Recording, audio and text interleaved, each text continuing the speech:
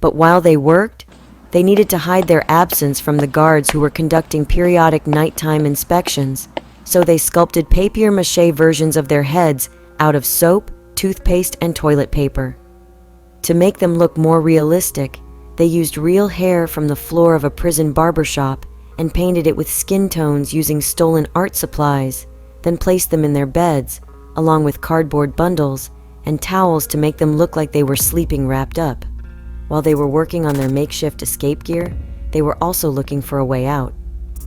Using plumbing pipes as steps, they climbed 30 feet, 9.1 meters, opened the overhead vent, and fashioned a fake soap nail to hold the lid in place. Finally, on the night of June 11, 1962, they were ready to carry out their ingenious plan.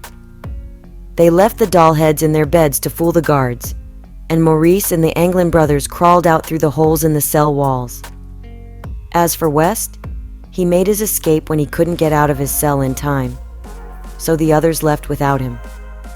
They climbed onto the roof of the prison cell, ran across it, carrying their makeshift boat, within sight of the guard tower, crept down an outer drain pipe, crossed the prison yard, climbed 2 consecutive 12-foot barbed wire fences, and descended a steep slope to the northeastern shore.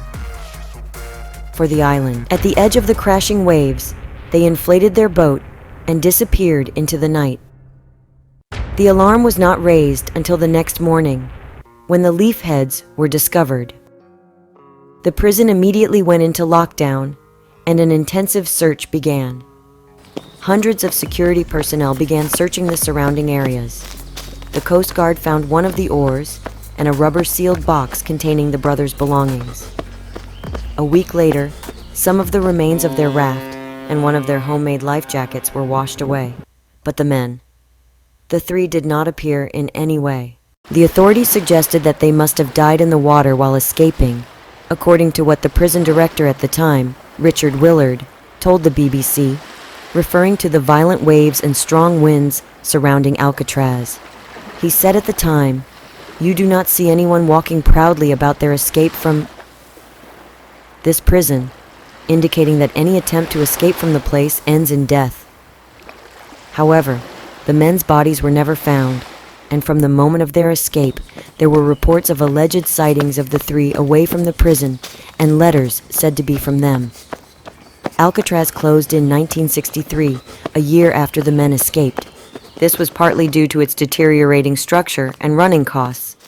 But the prison's strict regime had also long been the subject of controversy, and as early as 1939, U.S. Attorney General Frank Murphy attempted to close it down, saying, "The entire institution is conducive to a psychology that builds a sinister and pernicious attitude among prisoners." In 2018, San Francisco police revealed that they had received a mysterious letter in 2013 from a person claiming to be John Anglin.